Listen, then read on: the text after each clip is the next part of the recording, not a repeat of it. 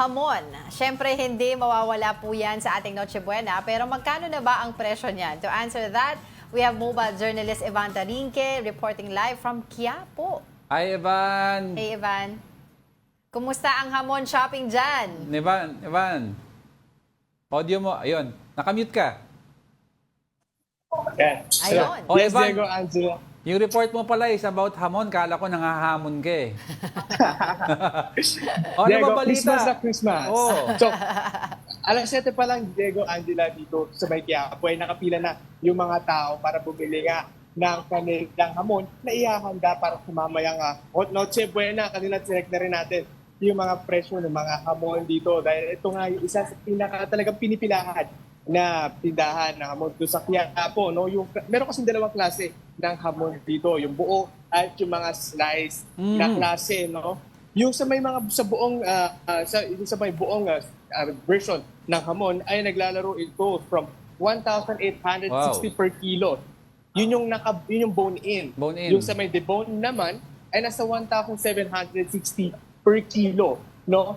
So medyo premium yung price, pero from last year, no, nakita natin 100 pesos yung difference from last year. And yun naman sa mga slice version ay meron silang scrap ham na mabibili mo for 430 pesos para sa 1/4. Sa sweet bacon naman, 350 ang 1/4. At sa may Chinese style na ham naman ay nasa 480 ang 1/4 dito.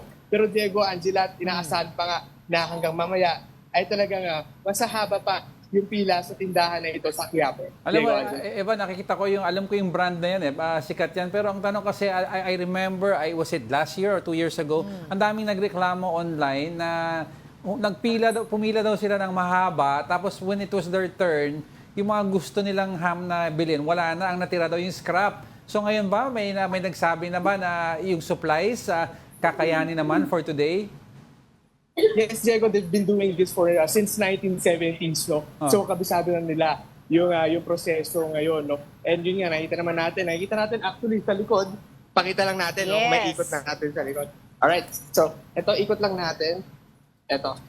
Ayan. Nakikita natin. So, this morning, nabawasan yung mga tao ngayon. No? Yan yung pila, yan ang pila ngayon. Ito yung pila ngayon. So, medyo onti pa to.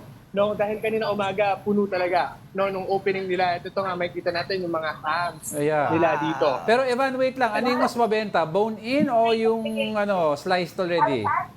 Actually, Diego, mas mahaba ang pila sa may sliced na varieties. Ito yung sa pila, sa may sliced variety. No, makikita natin. Oo. Mahaba Kasi, yung pila dahil nga. Oo, kasi pag Yes, bone-in, Evan, kasama sa timbang na nababayaran mo yung bone eh. Tama ka dun, Diego. At sa may slice na variety kasi, ay makakapili ka ng timbang na gusto mo, no? Dahil sa bone-in, kung ano mismo yung timbang nung ham, ay yun talaga yung babayaran mo. Dito kasi pwede mong mahati, no? Sa 1 kilo, kalahati kilo hanggang 1/4, no? So pwedeng mahati. So may kita natin na yan. So Evan, yung mga slice na yan, by 100 grams, pwede rin kung nagtitipid ka. Actually, Diego, ang naka-designate dito kasi is per kilo. No? Per Okay. kilo. Oo. So 1/4 ata yung pinakamaliit na size na kanila makikuha. Pero of course, no, talagang kilalang kilala to nga. Oo, alam ko yung brand na yun. Oo. Evan, Dito. oo, just to Yes, be Angela. clear, hanggang anong oras sila bukas dyan? Yes, Angela, hanggang 5 p.m. bukas ang store nito ngayong araw. Pero yun nga, no, baka kunyari magkaupos na, maupos na yung kanilang supply. Talagang baka mas paaga pa yan. Pero Diego, Angela, December 24, ngayong araw, bukas pa sila. Pero bukas, Christmas Day, ay hindi po sila open. No?